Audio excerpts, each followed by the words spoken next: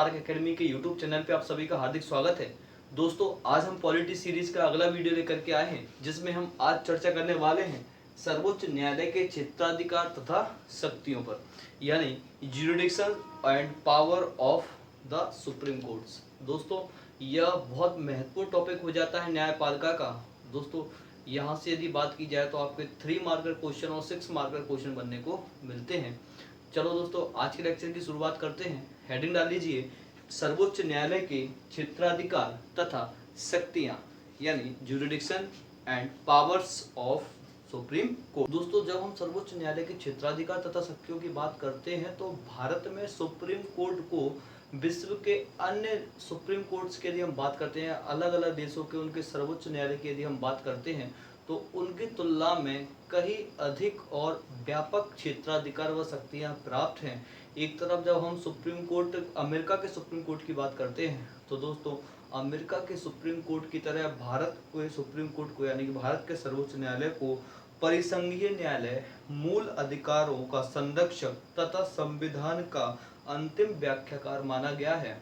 ठीक है, यानी कि परिसंघीय न्यायालय और मूल अधिकारों का संरक्षक और संविधान का अंतिम व्याख्याकार। यदि बात की जाए तो केंद्र और राज्य के बीच जो विवाद है उनका निपटारा कहाँ किया जाता है? सुप्रीम कोर्ट के द्वारा किया जाता है। मूल अधिकारों का संरक्षक किसके द्वारा माना जाता है? किसको माना जाता है? सुप्रीम कोर्ट को माना जाता है। आर्टिकल 132 की जब हम बात करते हैं तो ये चीज आपको सामने देखने को मिलती है। तथा संविधान का अंतिम व्याख्याकार, यानी जब भी कभी ऐसा प्रश्न आता है संविधान की व्याख्या करने के बारे में, इंटरप्रिटेट करने के बारे में बात की जाती है, तो दोस्तों इसका अधिकार सिर्फ और सिर्फ किसके पास है? भारत के सुप्रीम कोर्ट के पास। तो वहीं जब हम ब्रिटेन की प्रीवी काउंसिल की तरह यदि बात की जाए, या फिर बात करें अपन हाउस ऑफ लॉर्ड की न्यायिक समिति की हम बात करते हैं, तो दोस्तों उसकी तरह भारत के सुप्रीम कोर्ट को सभी प्रकार के न्यायालय, विशेषकर यदि हम बात करें सिविल और सिविल कोर्ट यानी कि दीवानी मामले, या फिर फौजदारी, आपराधिक या क्रिमिनल कोर्ट के मामले में ये अपील का अंतिम न्यायालय माना जाता है। तो दोस्तों, यहाँ पर हमने एक चीज देखी कि अन्य और विश्व के देशों के सर्वोच्च न्यायालय की यदि बात की जाए, उनसे तुलना की जाए, तो भारत को कहीं ना कहीं काफी व्यापक शक्तियां और क्षेत्राधिकार दिए गए हैं। क्लियर दोस्तों?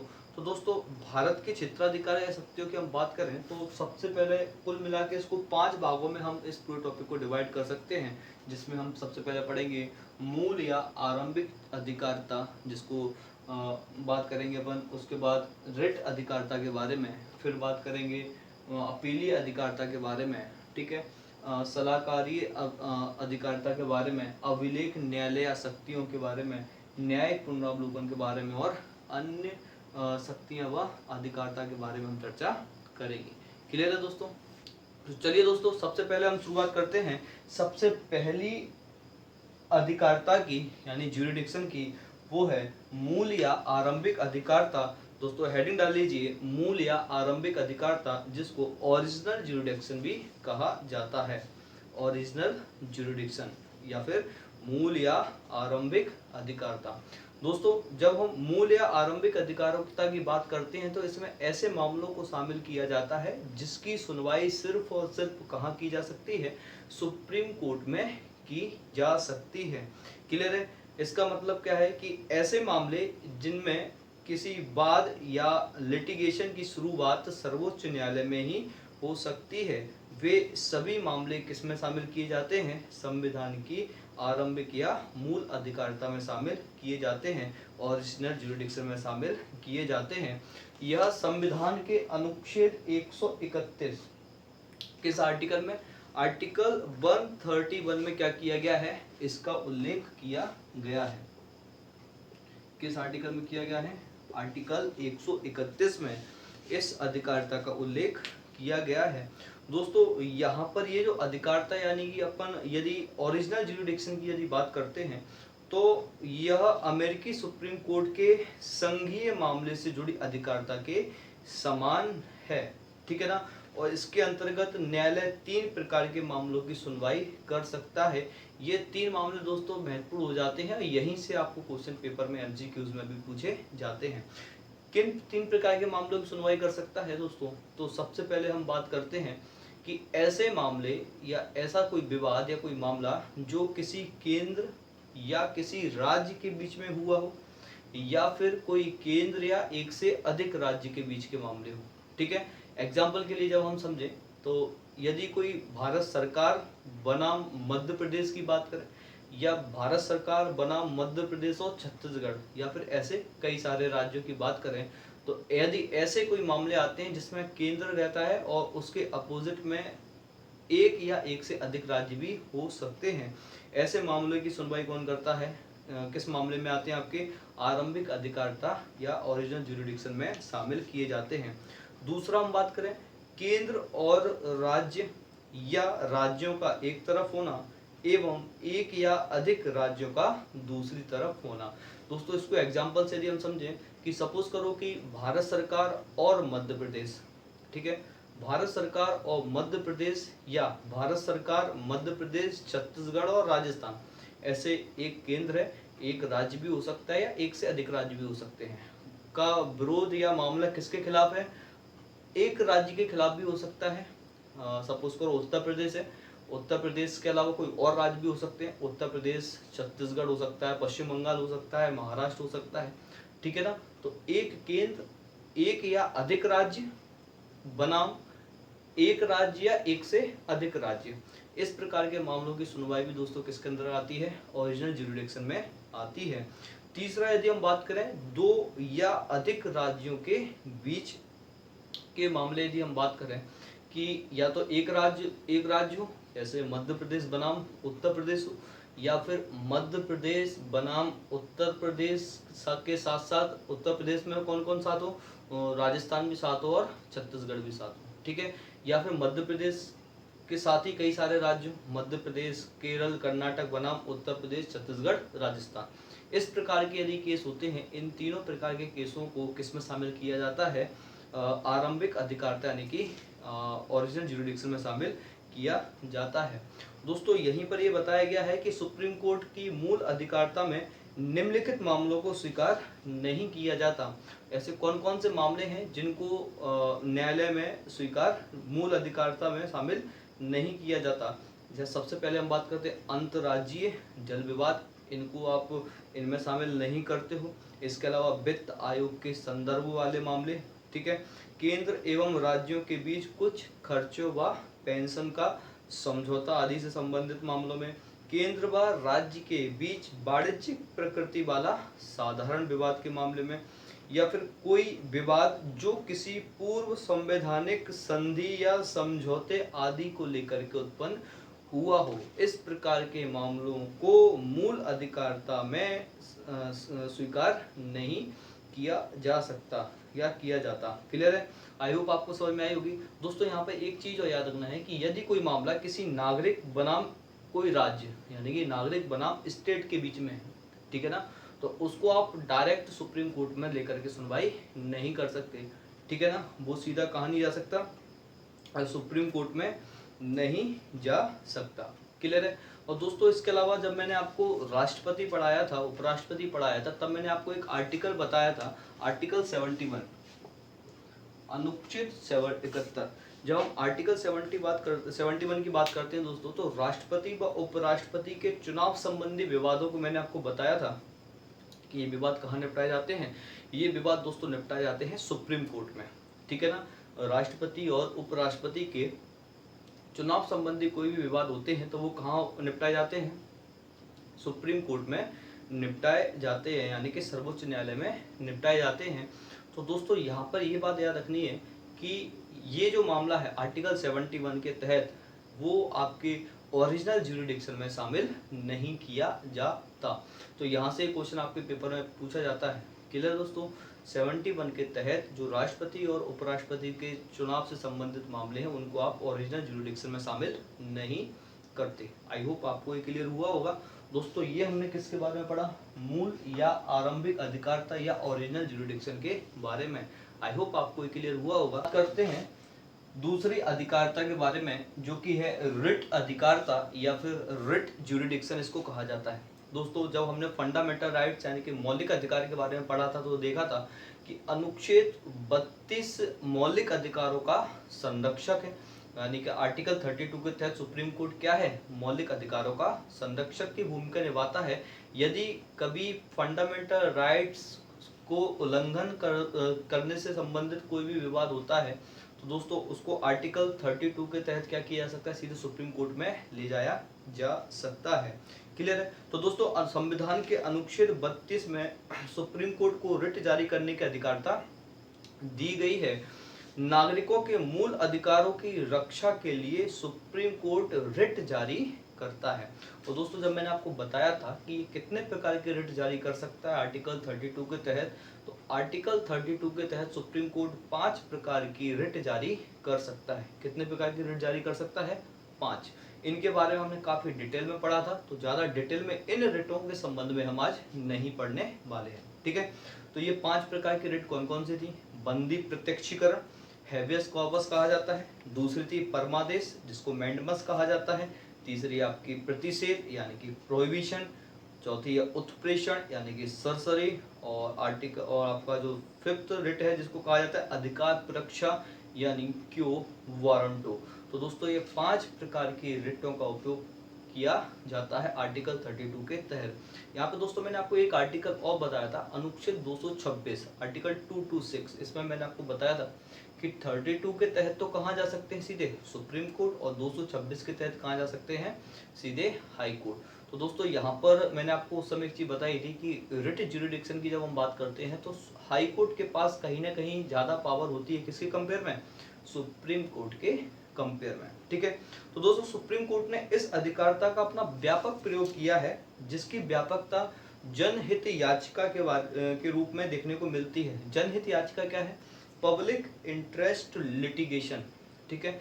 जनहित याचिका दोस्तों जब कोई ऐसा मुद्दा जो सार्वजनिक हित में होता है, यानी कि जिसमें एक से अधिक लोगों का हित जुड़ा होता है, ऐसे मुद्दों के तहत यदि कोई बात चलाया जाता है तो वो क्या कहलाती है, आपकी जनहित याचिका कहलाती है। इसको दोस्तों मैं नॉलेज बूस्टर सीरीज के 7वें वीडियो में बहुत अच्छे से इसको डिस्कशन हमने किया हुआ है, तो आप नॉलेज बूस्टर सीरीज का 7वां वीडियो अगर इसको जरूर समझें। ठीक है। तो दोस्तों मूल ढांचे का यह हिस्सा माना गया है, आर्टिकल 32 को मूल ढांचे का हिस्सा माना गया है। और एक केस इंपॉर्टेंट महत्वपूर्ण हो जाता है दोस्तों 1997 का एल चंद्र कुमार बनाम भारत संघ का, एल चंद्र कुमार बनाम भारत संघ का 1997 का यह केस था। और इस केस में सुप्रीम कोर्ट के द्वारा ये कहा गया कि संसद इस शक्ति को ना तो कम कर सकती है और ना ही समाप्त कर सकती है। यानी संसद रिट ज्यूरिडिक्शन की जब हम बात करते हैं तो इस संबंध में कोई भी बदलाव मतलब ना तो कम कर सकती है, बदलाव में नेगेटिव होना चाहिए। ठीक है। ना तो कम कर सकती है और ना ही समाप्त कर सकती है। और इसी के संबंध में दोस्तों एक आर्टिकल महत्वपूर्ण है, आर्टिकल 139 अनुच्छेद 139। अनुच्छेद 139 क्या कहता है, अनुच्छेद 139 बताता है कि संसद को यह अधिकार है कि वह उचित समझे तो इस अधिकारता का विस्तार कर सकती है। ठीक है। आर्टिकल 139 इसको पावर देता है संसद को, यदि संसद को लगे, यदि वो उचित समझे तो जो रिट अधिकारता है, रिट ज्यूरिडिक्शन है, उसको क्या कर सकती है और बढ़ा सकती है, इसमें और विस्तार कर सकती है। क्लियर दोस्तों। तो रिट ज्यूरिडिक्शन के बारे में आपको आई होप समझ में आया होगा। तो दो हमने क्या पढ़ लिए हैं, क्षेत्राधिकार पढ़ लिए हैं। एक कौन सा आपका मूल अधिकार या मूल या आरंभिक अधिकार था, दूसरी हमने समझी रिट अधिकारता। ठीक है। अब हम चर्चा करते हैं दोस्तों किसके बारे में, अपीलीय अधिकारता के बारे में, यानी कि अपीलेट आपकी अपीलीय अधिकारता के बारे में, यानी कि अपीलेट ज्यूरिडिक्शन के बारे में। दोस्तों जब हम अपीलीय अधिकारता की बात करते हैं तो हमने शुरुआत में पढ़ा था, क्या पढ़ा था, कि जो सुप्रीम कोर्ट है वो भारत के सभी मामलों का, ठीक है, चाहे वो सिविल केसेस हो, दीवानी मामले हो, या फिर आपराधिक या फौजदारी या क्रिमिनल केसेस हो, उनका अंतिम अपीलीय न्यायालय होता है। यानी कि आप सुप्रीम कोर्ट के निर्णय के खिलाफ कहीं और अपील नहीं कर सकते हो, इसलिए इसको क्या कहा जाता है, अंतिम अपीलीय न्यायालय भी कहा जाता है। दोस्तों इसके संबंध में आपको 4 आर्टिकल काफी महत्वपूर्ण हो जाते हैं समझना। पहला है आपका आर्टिकल 132 अनुच्छेद 132, अनुच्छेद 133, अनुच्छेद 134 और अनुच्छेद 136। Article 132, article 133, article 134, article 136। तो दोस्तों एक एक करके हम पूरी अपीलीय अधिकारिता को इन आर्टिकल्स के द्वारा समझने की कोशिश करेंगे, ठीक है। तो सबसे पहले बात करते हैं दोस्तों आर्टिकल 132 के बारे में।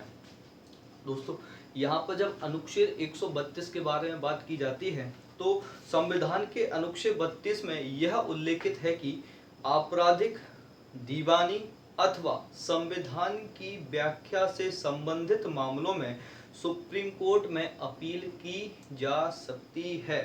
क्लियर है। आर्टिकल 132 क्या बताता है? आर्टिकल 132 बताते हैं तीनों ही प्रकार के मामले, चाहे वो सिविल केसेस हो यानी कि आपके दीवानी मामले हो, दूसरा या वो आपका आपराधिक जिसको फौजदारी भी कहा जाता है या क्रिमिनल कहा जाता है, क्रिमिनल केसेस हो, या फिर संविधान की व्याख्या से संबंधित कोई भी विवाद हो, तो कोई मामले हो, तो उसको दोस्तों काय में शामिल की किसमें? आर्टिकल 132 के तहत इन पर यदि कोई निर्णय दिया गया है उसको आप क्या कर सकते हो? सुप्रीम कोर्ट में सीधे अपील कर सकते हो। तो दोस्तों यहाँ पर बेसिक चीज समझने की क्या है कि आर्टिकल 32 तीनों ही प्रकार के मामलों में अपील का अधिकार देता है आपको। कहाँ पर? सुप्रीम कोर्ट में जाकर, ठीक है। वही दोस्तों हम बात करते हैं आर्टिकल 133 अनुच्छेद 133 से आर्टिकल 133 की। दोस्तों आर्टिकल 133 सिर्फ और सिर्फ किसके मामले में? सिर्फ और सिर्फ दीवानी मामले में यानी कि सिविल केसेस में क्या करता है, यदि हाई कोर्ट ने सिविल केस में कोई डिसीजन दिया है, कोई निर्णय दिया है, तो वो आर्टिकल 133 के तहत सुप्रीम कोर्ट में जाकर ये क्या कर सकता है? उस निर्णय के खिलाफ अपील दायर कर सकता है, ठीक है। तो 132 तीनों ही मामले के लिए बताता है और 133 स्पेशल किसके लिए बताता है आपको?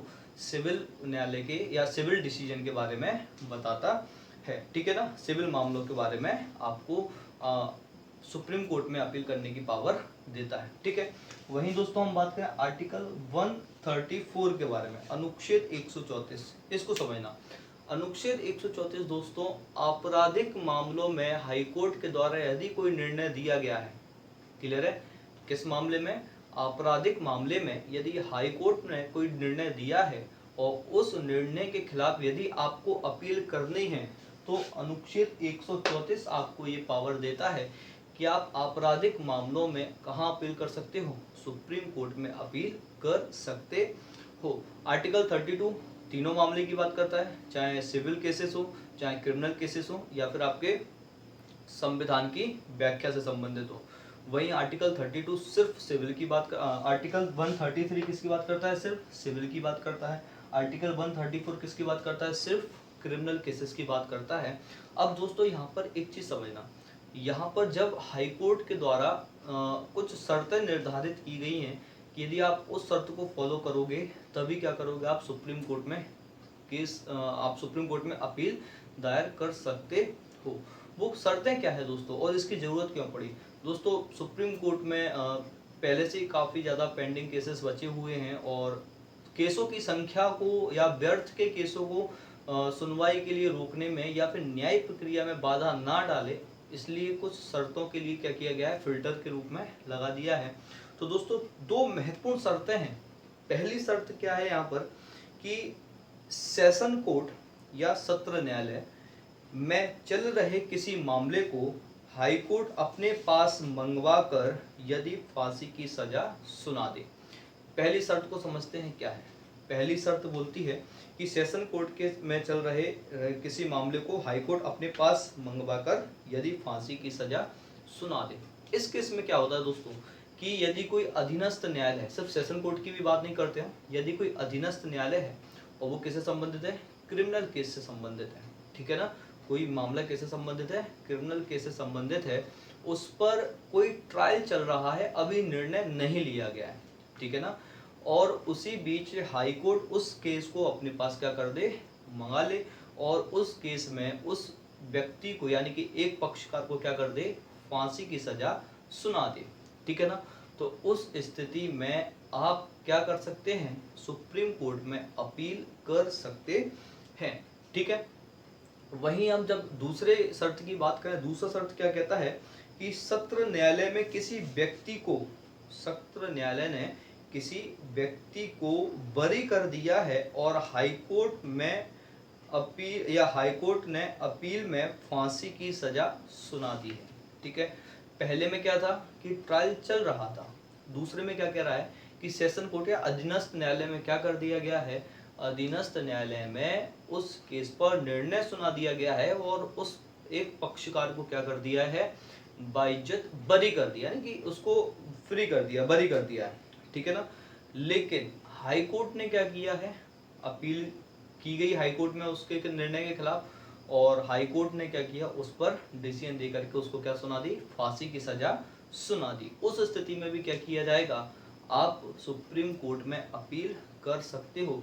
यानी कि जब घोर अन्याय की स्थिति आपको दिखाई दे कि यार ये तो अन्याय हो गया, ठीक है ना, तो उस स्थिति में क्या किया जा सकता है, सुप्रीम कोर्ट में अपील की जा सकती है। क्लियर दोस्तों। ये दोनों मामले की यदि हम बात करें, यानी दोनों शर्तों की यदि हम बात करें, तो इसमें सुप्रीम कोर्ट में अपील अधिकार स्वरूप आते हैं, यानी कि यहाँ पर उच्चतम न्यायालय से किसी भी प्रमाण पत्र की आवश्यकता नहीं होती।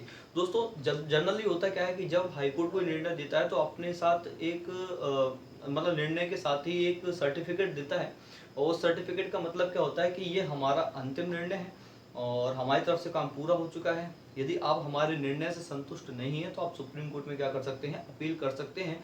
तो उस प्रमाण पत्र सर्टिफिकेट के द्वारा क्या की जा सकती है, अपील की जा सकती है, ठीक है।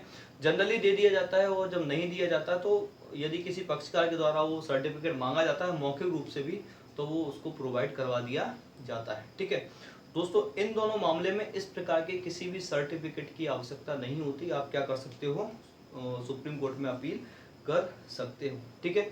यहाँ पर एक चीज याद रखनी है कि यदि हाईकोर्ट ने बंदीकरण के आदेश को दोष मुक्त करने का आदेश दिया हो, ठीक है, बंदीकरण का आदेश दिया हुआ था, अपील करने के बाद क्या कर दिया, उसको दोष मुक्त कर दिया, तो सुप्रीम कोर्ट में अपील का कोई अधिकार यहाँ पर नहीं होता।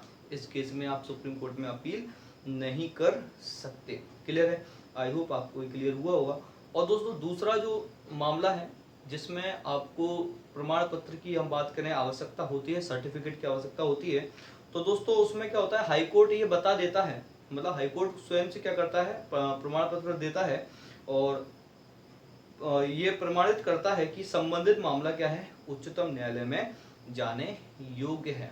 क्लियर है दोस्तों, यानी कि इसमें आपको प्रमाण पत्र की आवश्यकता पड़ती है, और जो हाईकोर्ट के द्वारा क्या किया जाता है, यह प्रमाणित किया जाता है कि संबंधित मामला क्या है, उच्चतम न्यायालय में जाने योग्य है, तो आप उस संबंधित मामले से क्या कर सकते हो, सुप्रीम कोर्ट में अपील दायर कर सकते हो। दोस्तों यहाँ पर आर्टिकल 134 का क्लॉज ए, यानी कि 134 में ए पार्ट की यदि हम बात करें तो उसमें यह बताया गया है कि सुप्रीम कोर्ट में अपील हेतु हाई कोर्ट से प्रमाण पत्र प्राप्त करना होता है, ठीक है ना। अनुच्छेद 134 आर्टिकल 134 के ए में, ठीक है, ये बताया गया है कि सुप्रीम कोर्ट में अपील हेतु हाई कोर्ट से क्या आवश्यक है, प्रमाण पत्र को प्राप्त करना होता है। क्लियर है दोस्तों, आई होप ये क्लियर हुआ होगा। यहाँ पे हमने कुछ महत्वपूर्ण आर्टिकल की बात की अभी, आर्टिकल 132, आर्टिकल 133, आर्टिकल 134। 32 क्या कहता है, तीनों ही प्रकार के मामले सिविल, क्रिमिनल और संविधान को की व्याख्या से संबंधित। 33 क्या कहता है, 133 कहता है सिविल से संबंधित। 134 कहता है किससे संबंधित, क्रिमिनल से, जिसकी हमने शर्तों के बारे में भी देखा, ठीक है। अब हम बात करते हैं आर्टिकल 136 के बारे में, अनुच्छेद 136 के संबंध में, ठीक है। दोस्तों यदि अनुच्छेद 136 की बात की जाए, इसमें एक विशेष प्रकार की याचिका का जिक्र किया गया है जिसको कहा जाता है SLP, स्पेशल लीव पिटीशन, ठीक है।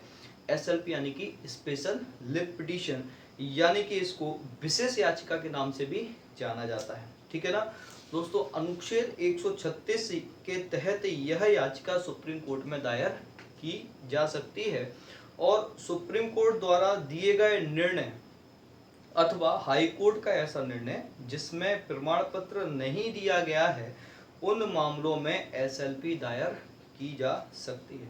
दोस्तों ऐसे निर्णय जिस स्वयं सुप्रीम कोर्ट के द्वारा दिए गए हों या फिर ऐसे निर्णय जिस हाई कोर्ट के द्वारा दिए गए हों लेकिन हाई कोर्ट ने क्या नहीं दिया गया हो, प्रमाण पत्र हाई कोर्ट ने नहीं दिया हो, तो आप क्या कर सकते हो, आर्टिकल 136 के तहत एसएलपी दायर करके यानी कि स्पेशल पिटीशन दायर करके आप उस मामले की याचिका कहाँ लगा सकते हो, अपील कर सकते हो, कहाँ पर, सुप्रीम कोर्ट में। क्लियर है जी, ये आपको सुप्रीम कोर्ट में अपील करने का अधिकार देता है। आई होप आपको ये क्लियर हुआ होगा। दोस्तों यहाँ पर एक चीज विशेष तौर पे याद रखनी है, यहाँ से एमसीक्यूज पेपर में पूछा जाता है कि इसके तहत कोर्ट मार्शल के निर्णय के विरुद्ध अपील स्वीकार नहीं की जा सकती है। यानी कि यदि कोर्ट मार्शल के द्वारा कोई, जैसे आपको मालूम है फौज में इस प्रक्रिया का यूज किया जाता है, कोर्ट मार्शल के द्वारा यदि कोई डिसीजन दिया गया है, कोई निर्णय लिया गया है, तो उस निर्णय के खिलाफ आप क्या नहीं कर सकते, एसएलपी दायर नहीं कर सकते। वहीं दो आर्टिकल और महत्वपूर्ण हो जाते हैं, एक आपका 262 आर्टिकल 262 और एक महत्वपूर्ण हो जाता है आर्टिकल 329, 262 और 329। दोस्तों आर्टिकल 262 क्या कहता है कि यदि कोई दो राज्यों के बीच में या दो से अधिक राज्यों के बीच में जल विवाद की स्थिति हो, ठीक है, अंतर्राज्यीय जल विवाद हो, तो उसको निपटारे के लिए संसद को ये शक्ति प्राप्त है कि वो एक ट्रिब्यूनल का गठन कर सकती है। किसका?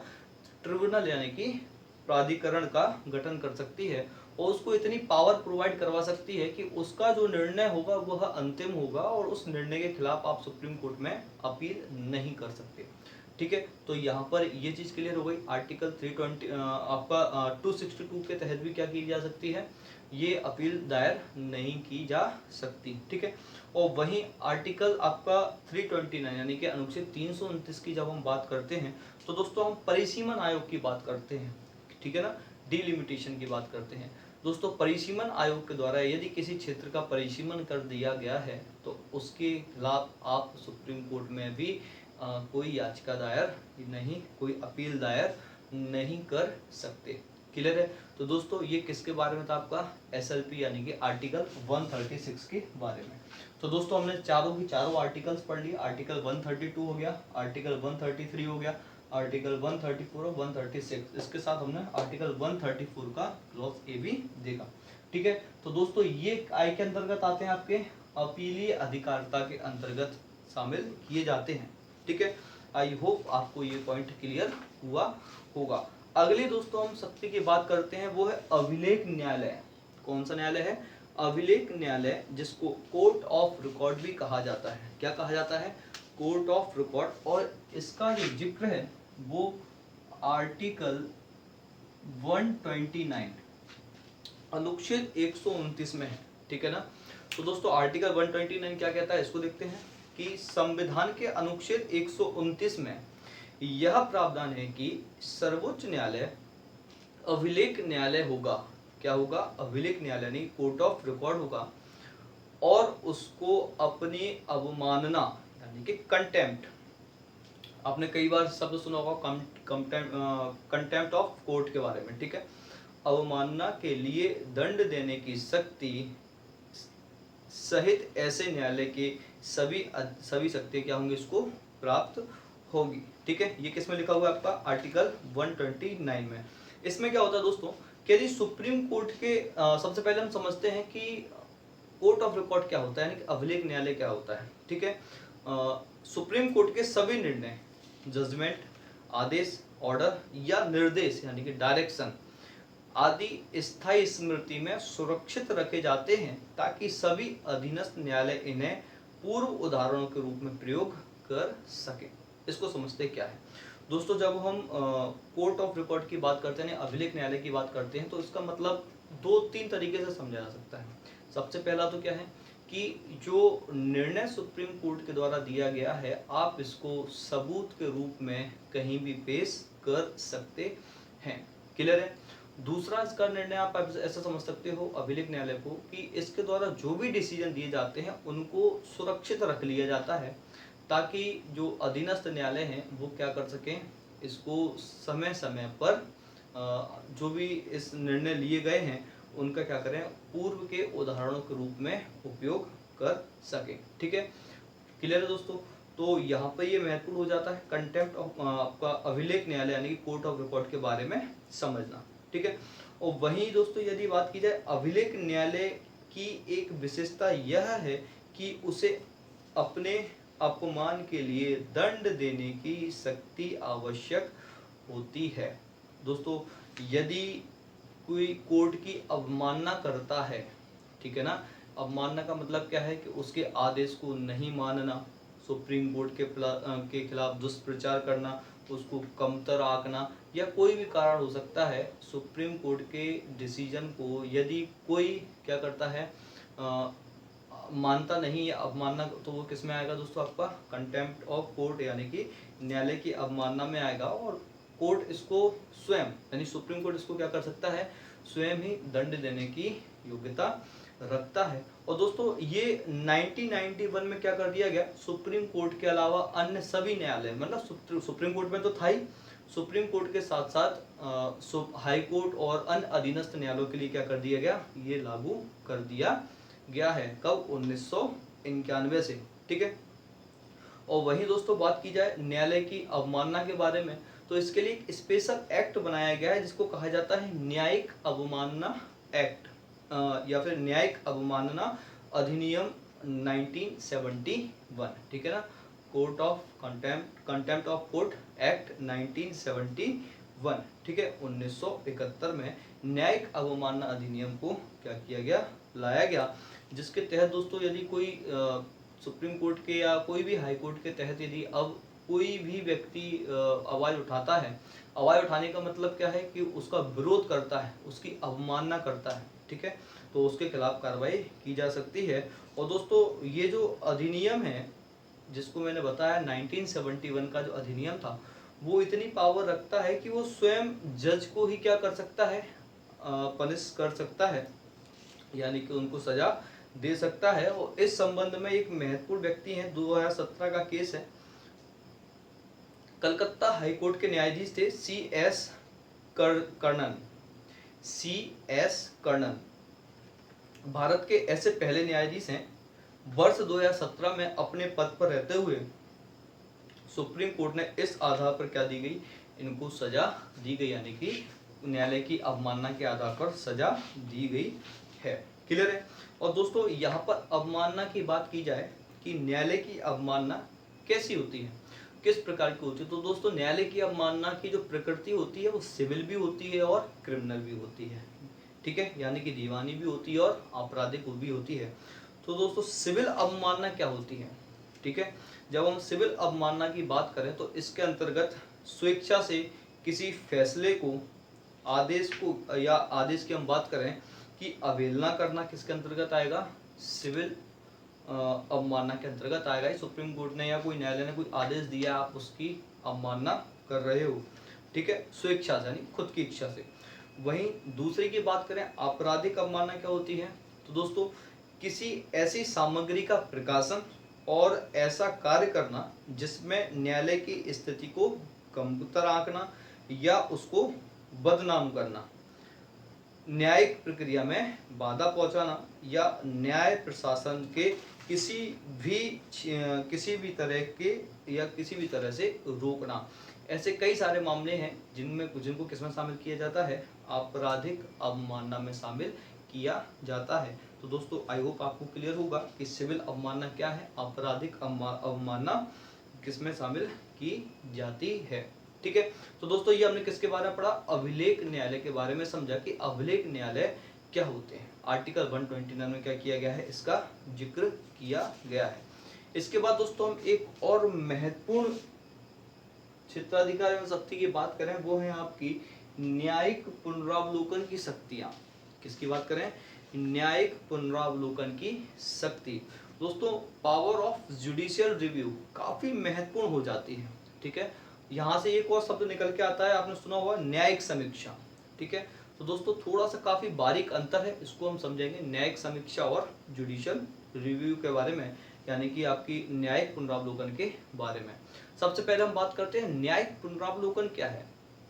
जब हम न्यायिक पुनरावलोकन की बात करते हैं तो दोस्तों इस शब्द का प्रयोग संविधान में कहीं भी नहीं किया गया है, ठीक है ना। न्यायिक पुनरावलोकन शब्द का प्रयोग भारतीय संविधान में कहीं भी नहीं किया गया। तो फिर ये होता क्या है, न्यायिक पुनरावलोकन से क्या मतलब है। तो दोस्तों न्यायिक पुनरावलोकन से तात्पर्य न्यायपालिका की उस शक्ति से है जिसके अंतर्गत विधान पालिका द्वारा बनाए गए किसी कानून या कार्यपालिका द्वारा जारी किए गए आदेश को संविधान के प्रावधानों के प्रतिकूल होने पर न्यायपालिका निरस्त कर सकती है, ठीक है। अब दोस्तों न्यायिक पुनरावलोकन को हम सरल भाषा में समझने की कोशिश करते हैं। दोस्तों विधानमंडल के द्वारा या विधान पालिका के द्वारा, चाहे संसद हो या राज्य के कोई विधानमंडल हो, ठीक है, इनके द्वारा यदि कोई कानून बनाया गया है, ठीक है, और यदि कोई कानून बनाया गया है और वो कानून कैसा है, संविधान के प्रावधानों के प्रतिकूल है, यानी कि जो संविधान में बेसिक स्ट्रक्चर बताया गया है या जो संविधान में तत्वों की बात की गई है वो उनको फॉलो नहीं करता, तो दोस्तों वहाँ पर उस स्थिति में न्यायालय के पास यह शक्ति है जिसको न्यायिक पुनरावलोकन कहा जाता है, वह ऐसे प्रावधानों को शून्य घोषित कर सकती है, ठीक है दोस्तों, क्या कर सकती है, ऐसे प्रावधानों को शून्य घोषित कर सकती है या फिर निरस्त। शून्य घोषित करने का मतलब क्या है, निरस्त कर सकती है, ठीक है। एग्जाम्पल की हम बात करें कि मैंने आपको बताया था एनजेक के बारे में, ठीक है ना, राष्ट्रीय न्यायिक नियुक्ति आयोग, और उसके साथ साथ एक आर्टिकल बताया था, एक मैंने आपको संविधान संशोधन विधेयक बताया था जो किससे संबंधित था, अधिनियम बनने के बाद 99 यानी कि 99वां संविधान संशोधन बना था, उसको क्या किया गया दोस्तों, न्यायालय के द्वारा शून्य घोषित कर दिया गया है।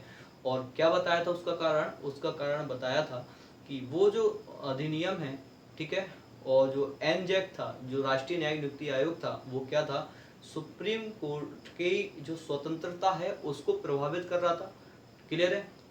तो यहाँ पर और जो कि न्यायपालिका के लिए हम स्वतंत्रता की बात करें या सुप्रीम कोर्ट या न्यायपालिका की स्वतंत्रता की बात करें तो ये बेसिक स्ट्रक्चर में से एक है सुप्रीम कोर्ट की, ठीक है, संविधान की क्या है बेसिक स्ट्रक्चर में से एक माना गया है। तो दोस्तों इस आधार पर क्या किया गया, सुप्रीम कोर्ट के द्वारा 99वां संविधान संशोधन को शून्य घोषित कर दिया गया, ठीक है। तो दोस्तों ये जो शक्ति होती है वो क्या कहलाती है, आपकी न्यायिक पुनरावलोकन की शक्ति कहलाती है, ठीक है। वहीं हम बात करें न्यायिक समीक्षा क्या होती है। दोस्तों न्यायिक समीक्षा का जो जिक्र है वो संविधान के अनुच्छेद 136 में मिलता है, आर्टिकल 137 में, अनुच्छेद 137 में संविधान के अनुच्छेद 137 में यह उल्लेखित है कि सुप्रीम कोर्ट अपने द्वारा दिए गए निर्णय की क्या कर सकता है, समीक्षा कर सकता है। तो दोस्तों पुनरावलोकन में हमने देखा था कि या तो कार्यपालिका के द्वारा कोई आदेश दिया गया हो जो संविधान के क्या हो के प्रतिकूल हो, ठीक है ना, जो भी संविधान में प्रावधान किए गए हैं, या फिर कोई विधायिका के बारे में कोई विधायिका ने कोई कानून बनाया हो, ठीक है, चाहे संसद हो या राज्य का विधानमंडल हो, यदि वो संविधान के प्रावधानों में प्रतिकूल है तो न्यायिक पुनरावलोकन के तहत उसको क्या किया जाएगा, निरस्त किया जा सकता है। और जब हम न्यायिक समीक्षा की बात करते हैं तो न्यायिक समीक्षा में दोस्तों आर्टिकल 137 स्पष्ट ही कहता है कि सुप्रीम कोर्ट अपने द्वारा दिए गए निर्णय की क्या कर सकता है, समीक्षा कर सकता है, ठीक है। जो उसने पूर्व में निर्णय दिए गए हैं, यदि उसको लगता है ऐसा कि वर्तमान की परिस्थितियां अलग हैं और वो जो निर्णय है वो आज की परिस्थितियों पर लागू नहीं होता, तो उसमें परिवर्तन सुप्रीम कोर्ट कर सकता है, ठीक है। दोस्तों इसके कई न्यायिक समीक्षा के कई सारे आपको ढेरों उदाहरण देखने को मिल जाएंगे। सबसे पहले यदि हम एक बात करें लेटेस्ट, जो एस.के. महाजन बनाम महाराष्ट्र राज्य का केस था, ठीक है ना, एस.के. महाजन बनाम महाराष्ट्र क्षेत्र 2018 का केस आप सभी को याद होगा दोस्तों। उसमें SC/ST एक्ट 1989 में कुछ बेसिक छोटा सा परिवर्तन किया गया था सुप्रीम कोर्ट के द्वारा, और जिसको दोस्तों बाद में क्या किया गया, चेंज कर दिया गया गवर्नमेंट के द्वारा। दोस्तों यहाँ पर ये जो पावर है वो क्या कहलाएगी, आपकी जुडिशल आपका सॉरी न्यायिक समीक्षा में आएगी। और वहीं दोस्तों इसके कुछ और महत्वपूर्ण उदाहरण जो सब लोगों ने आपने भी देखे हैं कि सबसे पहले हम बात करें बेरूवारी बात के बारे में। ठीक है, कब आया था दोस्तों, 1960। ठीक है, जब हम बेरूवारी बात की बात करते हैं तो सुप्रीम कोर्ट कहता है कि प्रस्तावना संविधान का भाग नहीं है 1960 में, लेकिन केशवानंद भारती बनाम केस में वह कहता है कि प्रस्तावना संविधान का भाग है, यानी कि उसने अपने पूर्व के निर्णय को क्या किया, यहाँ पर चेंज कर दिया। उसके अलावा गोकुलनाथ की बात की जाए 1967 के केस की, 1967 के गोकुलनाथ वाले केस में सुप्रीम कोर्ट कहता है कि संविधान के मौलिक अधिकारों में संशोधन का संसद को कोई अधिकार नहीं है, लेकिन केशवानंद भारती वाले बाद में वह कहता है कि संसद संविधान के किसी भी भाग में परिवर्तन कर सकती है, बस वह उसके जो बेसिक स्ट्रक्चर है या मूलभूत ढांचा है उसमें परिवर्तन नहीं कर सकती। तो दोस्तों कई सारे उदाहरण आपको देखने को मिल जाएंगे। इसमें आप वो वाला उदाहरण भी ले सकते हो जब मैंने आपको कॉलेजियम सिस्टम के बारे में बताया था कि जो परामर्श की बात की थी मैंने, हमने अपने जो परामर्श के बारे में समझा था कि राष्ट्रपति सुप्रीम कोर्ट के मुख्य न्यायाधीश से क्या कर सकता है, परामर्श ले सकता है। उसके बाद 1982, 1993, 1998 कई सारे केसेस में क्या किया, उसने अपने पूर्व के निर्णयों को परिवर्तन किया है। ठीक है, तो दोस्तों ऐसे मामले क्या किए जाएंगे, आपके न्यायिक समीक्षा की शक्ति के अंतर्गत शामिल किए जाते हैं। आई होप आपको ये दोनों में अंतर क्लियर हुआ होगा कि न्यायिक पुनरावलोकन क्या है और न्यायिक समीक्षा क्या है। इन दोनों को दोस्तों हम एक वीडियो नॉलेज बूस्टर सीरीज में लेकर के आएंगे, जिसमें इनके इतिहास के बारे में और पूरी प्रक्रिया को और ज़्यादा डिटेल में समझेंगे। ठीक है दोस्तों, मैं आपको इन्फॉर्म कर दूंगा नॉलेज बूस्टर सीरीज में जैसे ही इन दोनों टॉपिकों के ऊपर जिक्र किया जाएगा। क्लियर है। अब दोस्तों बात करते हैं सलाहकारी अधिकारिता यानी कि एडवाइजरी जुरिडिक्शन के बारे में। ठीक है, काफी ज्यादा फेमस है एडवाइजरी जुरिडिक्शन यानी कि सलाहकारी अधिकारिता। MCQs में कई बार क्वेश्चन यहाँ से पूछा जाता है। जब हम सलाहकारी अधिकारिता की बात करते हैं तो आर्टिकल 143 महत्वपूर्ण हो जाता है, अनुच्छेद 143। ठीक है दोस्तों, अनुच्छेद 143 क्या कहता है कि अनुच्छेद 143 के द्वारा सुप्रीम कोर्ट को सलाहकारी अधिकारिता दी गई है। इसे दो श्रेणियों में बांटा जा सकता है मामले के आधार पर। ठीक है ना, पहला मामला कैसा होगा, यदि सार्वजनिक महत्व के किसी मामले पर प्रश्न उठने पर, यदि कोई प्रश्न है वो किस पर उठ रहा है, सार्वजनिक महत्व के मामले पर उठ रहा है। दूसरा, किसी पूर्व संवैधानिक संधि, समझौते, प्रसंविदा आदि मामले पर किसी विवाद से उत्पन्न होने पर।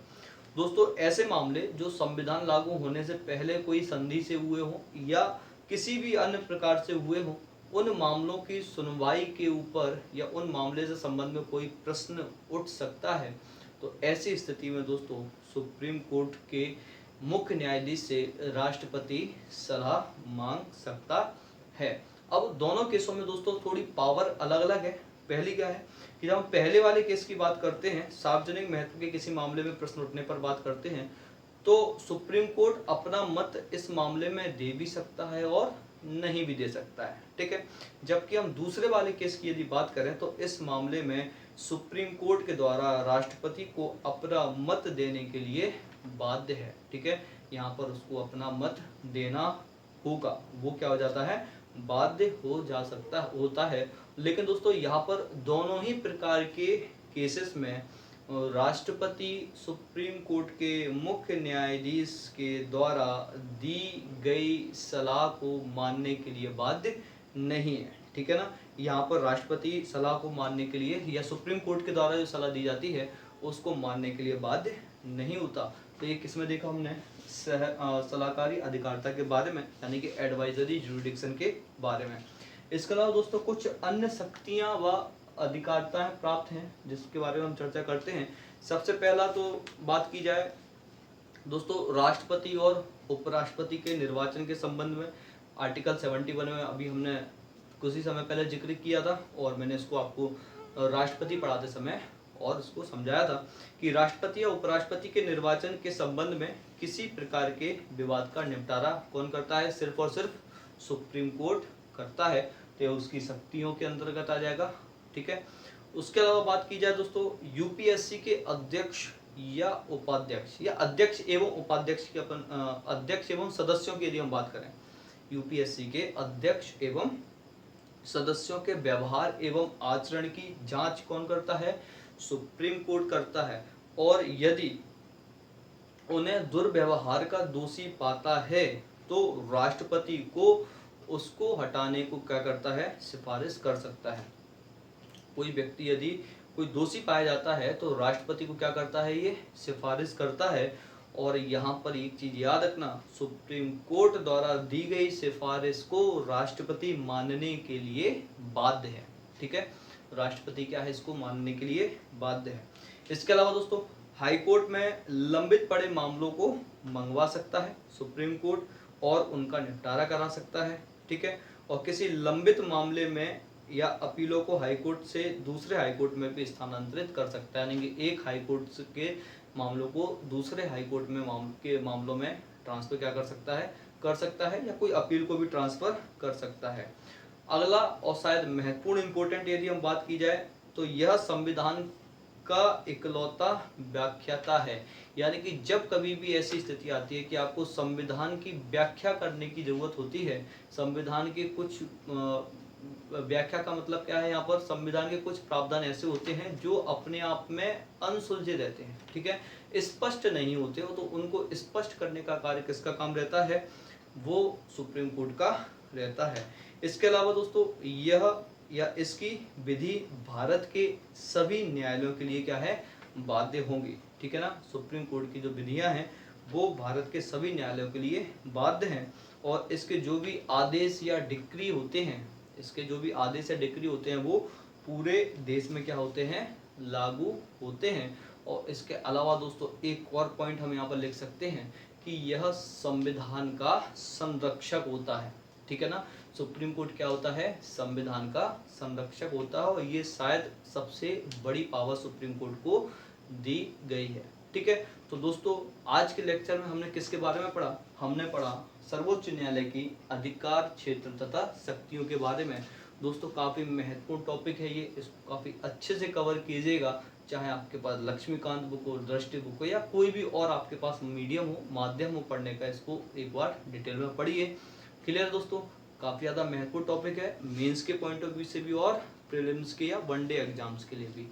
यदि दोस्तों ये लेक्चर आपको अच्छा लगा हो तो इस वीडियो को लाइक कीजिए। यदि आप इस चैनल पर नए हैं तो इसको सब्सक्राइब कीजिए।